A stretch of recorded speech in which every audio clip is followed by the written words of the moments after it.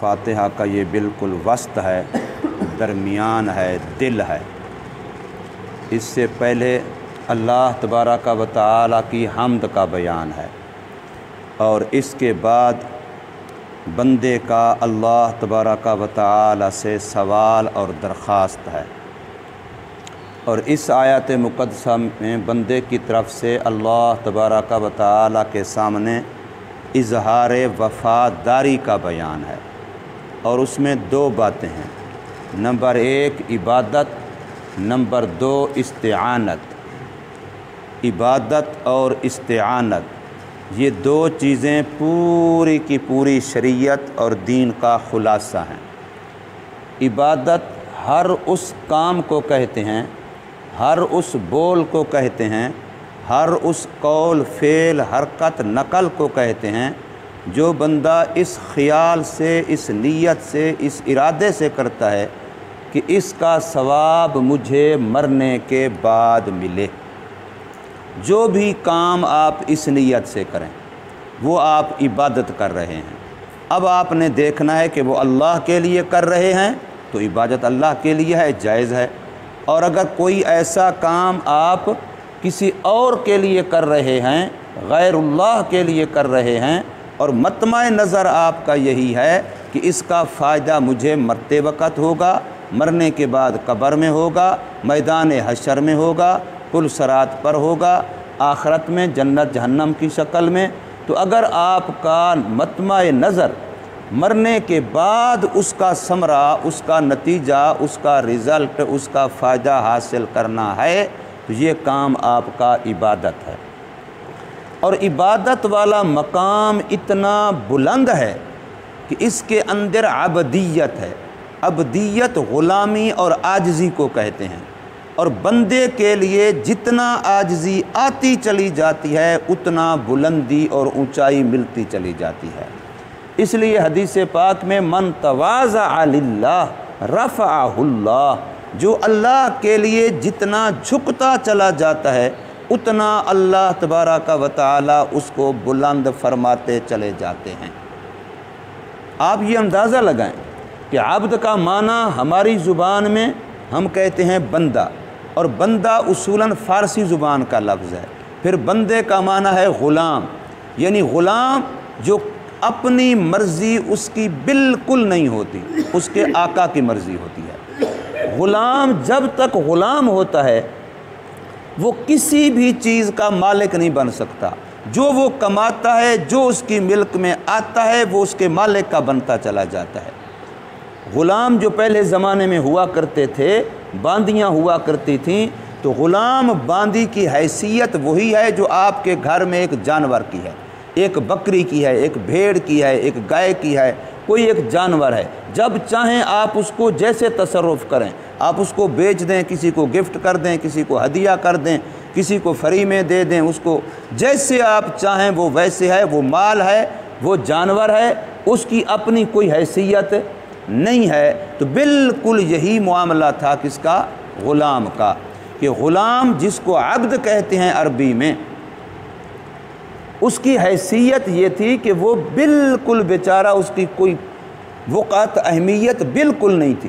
تو اللہ تبارک و تعالی نے انسان کے لیے اس مقام عبدیت کو اتنا پسند فرمایا کہ میرے آقا محمد الرسول اللہ صلی اللہ علیہ وسلم کے لیے جہاں کہیں بھی اعلیٰ، اونچا، بلند، عرفہ منصب کا تذکرہ آیا تو وہاں رسول اللہ صلی اللہ علیہ وسلم کی صفت عبدیت کو صفت رسالت سے بھی پہلے بیان کیا۔ اب کلمہ پڑھتے ہیں، دوسرا کلمہ، اشہد اللہ الہ الا اللہ و اشہد ان عبدہ و رسول، کہ آپ عبد و رسول کہتے ہوئے عبد کو پہلے کہتے ہیں، رسول کو بعد میں کہتے ہیں۔ گویا صفت عبدیت رسول اللہ صلی اللہ علیہ وسلم کی صفت رسالت سے بھی بلند ہے۔ معراج کا موقع آیا، فرمایا سبحان الذی اسریٰ بعبدہ، یہ نہیں کہا بے رسول ہی، بے نبی ہی، بے محبوب ہی، نہیں، بے عبد ہی۔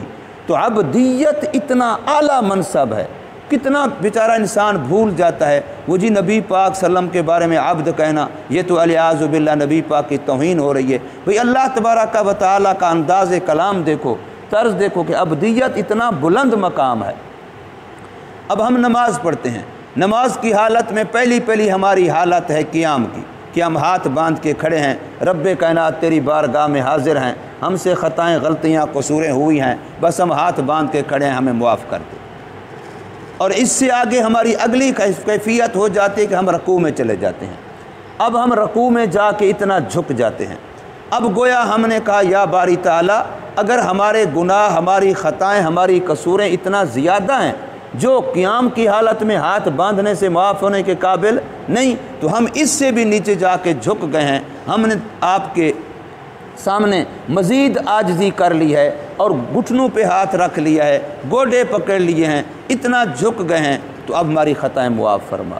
اور اس سے بھی اگر کام نہیں بنتا تو اگلا اور آخری ہمارا جو جھکنے کا موقع ہوتا ہے کہ ہم اپنا ناک اور اپنی پیشانی زمین پر رکھ دیتے ہیں، سجدے کی حالت میں چلے جاتے ہیں۔ اب اس سے آگے جھکنے کی عاجزی کا کوئی مقام نہیں ہے، یہ آخری حد ہے کہ بندہ جب کسی پر ناراض ہوتا ہے، اس کو مزید ذلیل کرنا چاہتا ہے تو کہتے ہیں یہاں ناک سے لکیریں نکال، تب میں تجھے چھوڑوں گا، تجھے معاف کروں گا، یہاں میرے سامنے یہاں ناک سے لکیریں نکال، تو اس سے ناک اس کا زمین پر رگڑواتے ہیں، پھر سمجھو وہ آخری اس کی حد ہوتی ہے۔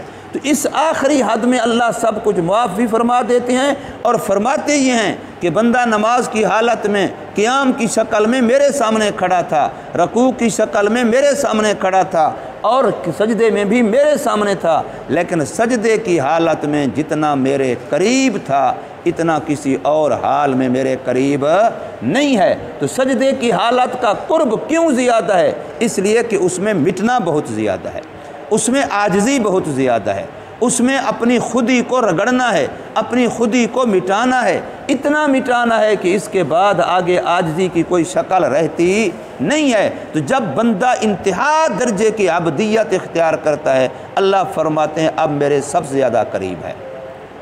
اور عبادت کا معنی جو عربی زبان میں علماء نے لکھا، فرمایا کہ انسانی وجود میں سب سے محترم حصہ انسان کی پیشانی ہے، سب سے محترم، اس لیے فرمایا کہ یہ اللہ فرماتے ہیں میرے لیے ہے، یہ کسی اور کے سامنے نہیں جھکنی، یہ میرے لیے ہے۔ تو اس پیشانی، چہرہ، یہ سب سے محترم، سب سے افضل، سب سے زیادہ انسان کے وجود میں معزز حصہ ہے۔ اور اللہ کی ساری مخلوقات میں سے زمین ایسی مخلوق ہے جو سب سے ارذل ہے، رذیل ہے، گھٹیا ہے بیچاری، کیوں؟ اسی پر پیشاب، اسی پر پاخانہ، اسی پر پلیدی، اسی پر مردے، اسی پر اندر کافر، اسی میں اندر مسلمان، اسی کو لتاڑا جا رہا ہے، اسی کو روندا جا رہا ہے، اسی کے گڑھے کھودے جا رہے ہیں، کچھ بھی ہو رہا ہے، یہ زمین بیچاری سب کچھ عاجزی سے برداشت کر رہی ہے، یہ زمین ہے۔ تو اب اللہ نے عبادت کے اندر آخری مقام کیا رکھا کہ جو تیرے وجود کا معزز حصہ ہے، محترم حصہ ہے، یعنی چہرہ، تو اس کو جب اس ارذل مخلوق، زمین پر، گھٹیا مخلوق پر، اس پر رکھے گا تو اب تو میرے بہت زیادہ قریب ہو جائے گا، اب تجھے میں بلندیاں دوں گا۔ انسان کی بلندی کڑنے میں نہیں ہے، اللہ فرماتے ہیں الکبریاء ردائی، تکبر، کبریائی، بڑائی یہ میری چادر ہے، جو میری اس چادر کو چھیننے کی کوشش کرے گا میں اسے ذلیل کر کے رکھ دوں گا۔ شیطان نے تکبر کیا، غلطی ہوئی، اکڑ گیا، تکبر کیا، آگے سے دلیلیں دی، ہمیشہ کے لیے راندہ درگاہ ہو گیا۔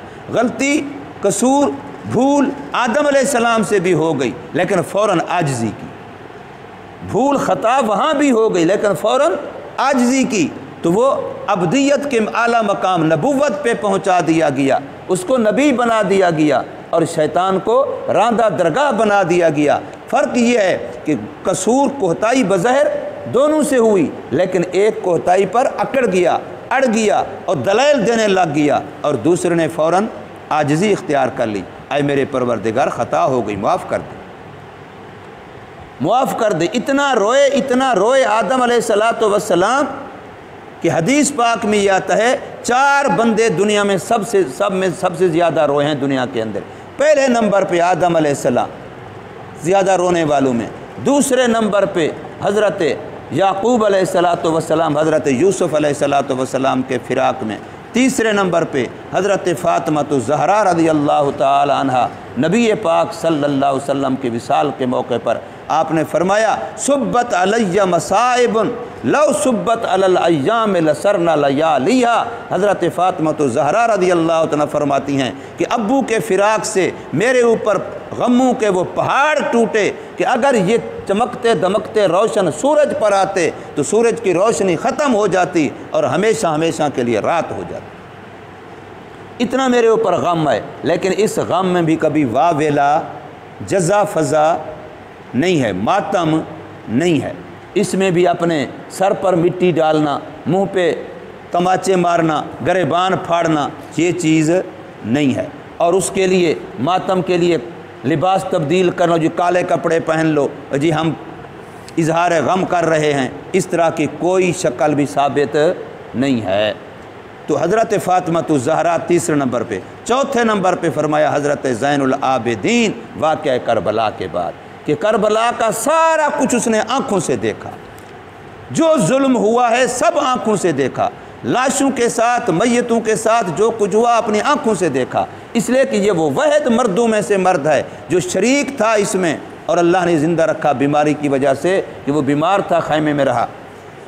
سب کچھ اس کے سامنے، آنکھیں دیکھتی رہیں، کان سنتے رہے، دماغ سوچتا سمجھتا رہا، اس کے سامنے ہوا تو زندگی بھر وہ غم، وہ لمحہ جب بھی یاد آتا تو تڑپ جاتے تھے کہ میرے سامنے کیا منظر تھا۔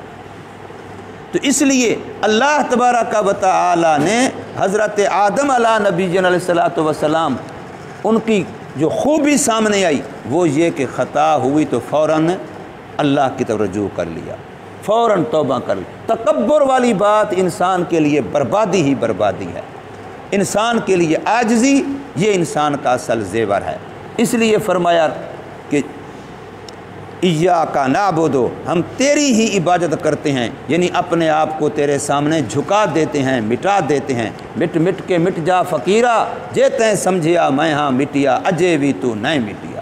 اتنا اپنے مٹنے کو مٹاؤ کہ اپنا مٹنا بھی مٹ جائے، یہ بھی خیال نہ آئے کہ میں تو بڑا بزرگ بن گیا ہوں، اب تو میرے اندر عاجزی آ گئی ہے، اب تو میں بڑا اچھا نیک آدمی بن گیا ہوں، اب تو میرا تکبر ختم ہو گیا ہے، یہ خیال بھی مٹ جائے۔ اتنا اپنے آپ کو انسان مٹائے، اور اس مٹنے میں انسان کا کمال ہے۔ اور فرمایا جس وقت بندہ عبادت کرتا ہے، نماز پڑھ لیتا ہے، کوئی اور نیک کام کے اللہ توفیق بندہ کر لیتا ہے تو پھر فوراً خیال آتا ہے اپنی طرف، ہاں میں نے کچھ کر لیا، تو اللہ نے فرمایا ایاک نعبد و ایاک نستعین، تو نے کچھ نہیں کیا، اس کی مدد سے ہوا ہے۔ وَإِيَّاكَ نَسْتَعِينُ، اور تیری ہی سے مدد مانگتے ہیں ہم نے نماز پڑھی تو تیرے مدد سے پڑھی، تلاوت کی تیری مدد سے کی، اگر ہم نے صدقہ خیرات کیا تیری مدد سے کیا، کوئی اور نیکی ہم سے ہو پڑی تو تیری مدد سے ہوئی ہے، اس لیے تجھ ہی سے مدد مانگتے ہیں۔ نبی پاک صلی اللہ علیہ وسلم نے ایک موقع پر ایک صحابی کو یہ فرق، کسی سے کبھی مدد نہ مانگنا، اللہ ہی سے مانگنا۔ اس کا یہ حال ہو گیا تھا کہ فرمایا اگر اونٹ پہ بیٹھے ہوتے، گھوڑے پہ بیٹھے ہوتے، چابک گر جاتا تو وہ بھی کسی اور کو نہ کہتے مجھے اٹھا کے دو، خود نیچے اتر کے اٹھاتے، تاکہ نبی پاک صلی اللہ علیہ وسلم نے فرمایا تھا کسی سے مدد نہ مانگنا، یہ بھی کسی کہیں غیر اللہ سے مدد نہ ہو جائے، اتنا احتیاط کرتے تھے۔ اذا استعنت فاستعن باللہ، جب بھی مدد مانگے تو اللہ ہی سے مانگ، جب بھی مدد مانگے تو اللہ ہی سے مانگ، ذہن یہ بننا چاہیے۔ حضرت مولانا احمد علی لاہوری رحمۃ اللہ تعالی علیہ کی سوانح حیات میں نے پڑھا کہ گھر میں بچوں کی تربیت یہ کی تھی کہ جو بھی کام ہوتا ہے کس نے کیا؟ اللہ نے کیا۔ بچہ گیا نیچے دروازہ کھٹکا، حضرت کا مکان اوپر تھا دوسری منزل پہ، سیڑھیاں چڑھ کے نیچے دروازہ کھٹکا، بچہ نیچے گیا، کسی بندے نے کھانا دیا، جیسے لوگ مسجدوں میں آ کر کے دیتے ہیں، کسی بندے نے کھانا دیا، کھانا ہے، سالن ہے، روٹی ہے، دیا۔ اب بچہ لے کے اوپر آیا، ماں پوچھتی ہے بیٹا کس نے دیا؟ بچہ کہتا ہے اللہ۔ بار بار ماں پوچھتی ہے بیٹا کون تھا؟ آخر محلے کا کوئی بندہ ہوگا، تو بچہ کہتا ہے اللہ۔ اب دیکھیے اپنا تربیت ہے یہ بچے کی کہ بندے کے ہاتھ سے لیا، بندے کی شکل دیکھ کے لیا، لیکن پھر بھی بچہ کیا سمجھتا ہے؟ میرے اللہ نے دیا۔ یہ ہے انسان کی کہ اللہ کی طرف توجہ جائے، اور اگر انسان کی اپنی طرف توجہ آ جائے، شیخ سعدی رحمۃ اللہ تعالی علیہ کا واقعہ ہے کہ سفر کر رہے تھے، سیلانی آدمی تھے، مرید بھی ساتھ تھے، بیٹا بھی ساتھ ہے، وہ بھی جوان تھا۔ راستے میں جنگل میں جہاں کہیں وقت آیا پڑاؤ کر لیا۔ اب صبح کو تہجد کا وقت ہے، اٹھے ہوئے ہیں، تہجد پڑھ رہے ہیں، تو ان کا بیٹا کہنے لگا اے ابا جان، وہ جو فلانے آپ کے مرید ہیں وہ دیکھو وہ سوئے ہوئے ہیں، وہ نہیں اٹھے، انہوں نے تہجد نہیں پڑھی۔ تو حضرت نے بیٹے کو کہا اس سے بہتر تھا کہ تو بھی نہ اٹھتا۔ کیوں؟ اس لیے کہ تو نے تہجد پڑھ کے کسی اور کے بارے میں یہ خیال کر لیا کہ شاید وہ تیرے سے کمزور ہے، ہلکا ہے اور تو اس سے بہتر ہے، تو تیرا یہ خیال زیادہ نقصان دہ ہے تیرے اس فائدے سے جو تو نے تہجد پڑھ کے حاصل کیا ہے۔ کسی کے بارے میں نمازی ہوں، فلانا غیر نمازی۔ حضرت مولانا اشرف علی تھانوی رحمہ اللہ فرماتے ہیں میں قسم کھا کے کہتا ہوں کہ ہر مسلمان کو اپنے سے بہتر سمجھتا ہوں، تکلف نہیں، صرف منہ کی بات نہیں، ہماری طرح حقیقت ہے، دل کی بات ہے کہ میں ہر مسلمان کو اپنے سے بہتر سمجھتا ہوں۔ اور کافر کے بارے میں میرا یہ خیال ہے کہ شاید پتہ نہیں میرا انجام آخر کیسے ہو، ایمان پر خاتمہ ہوتا ہے کہ نہیں ہوتا، اور جو آج کافر ہیں شاید مرتے وقت ان میں سے اللہ کتنوں کو ایمان دے دے، وہ ہم سے بہتر ہو جائیں۔ چند دن پہلے کی بات ہے، ہمارے حضرت خاکوانی سے دامت برکاتہم نے کسی مجلس میں فرمایا میں بے تکلف کہتا ہوں، دل سے کہتا ہوں، جھوٹ نہیں بول رہا ہوں کہ مجھے خطرہ ہے پتہ نہیں میرا انجام کیا ہوگا، اور جو تم بیٹھے ہو میں تمہیں اپنے لیے، اپنے مریدوں کو کہہ رہے ہیں، میں تمہیں اپنے لیے ذریعہ نجات سمجھتا ہوں۔ یہ ہے اللہ والوں کی نگاہ۔ اور ہمارے ہاں یہ ہے کہ ہم چوڑے بازار سوڑے، ہم ہی سوا شیر ہیں، کوئی شیر بننے کو تیار ہی نہیں ہے۔ ہماری نگاہ ساری اپنے کمالات کی طرف جاتی ہے، اپنے نفس کی طرف جاتی نہیں ہے۔ رائے ونڈ میں سن رہا تھا، ایک دن بیان ہو رہا تھا سالانہ اجتماع پر، تو فرمایا اصلاح کے لیے بھی کسی اور کی اصلاح کی فکر نہ کر، اگر کرنی ہے تو اپنی فکر کر۔ حالانکہ اس وقت مجھے یہ جملہ بڑا عجیب لگا کہ بھی اصلاح تو ہمارا فرض ہے کہ ہم اپنے گھر والوں کی اصلاح کریں، بچوں کی، بیوی کی، اپنے شاگردوں کی، اپنے مریدوں کی، اپنے تعلق داروں کی اصلاح تو کرنی چاہیے۔ تو یہ کیا کہہ رہے ہیں اصلاح نہ کرو؟ اصلاح کرنی ہے تو اصلاح اپنی کرو، اپنے آپ کو قابل اصلاح سمجھو کہ میرے اندر خطائیں ہیں۔ دوسرے کی اصلاح کی فکر بعد کی بات ہے، اپنی فکر کرو۔ تنقید تو دور کی بات ہے، تنقیص تو دور کی بات ہے، کسی اور پر عیب نکالنا، تعجیب، یہ تو دور کی بات ہے، یہ تو ناجائز ہی ناجائز ہے۔ تو انسان جس وقت دوسرے، اب جب بھی ہم تقریر کرتے ہیں دوسرے ہمارے مخاطب ہوتے ہیں، ان کو ٹھیک کرنا ہے، اپنے آپ کو پتہ ہی نہیں ہوتا۔ حضرت تھانوی رحمہ اللہ فرماتے ہیں میری زبان سے جو بات نکلتی ہے سب سے قریب تو میرے کان ہیں، باقیوں کے کان تو کچھ فاصلے پر ہیں، سب سے قریب تو میرے کان ہیں، سب سے پہلے اس کا مخاطب میں خود ہوں۔ تو اللہ پاک نے یہاں دو باتیں فرمائیں، ایک ایاک نعبد کہ عبادت صرف اور صرف اللہ ہی کے لیے، اور نمبر دو وایاک نستعین مدد، تعاون، امداد صرف اور صرف اللہ ہی سے۔ اللہ تبارک و تعالی ہمیں سمجھ نصیب فرمائے، عمل کی توفیق۔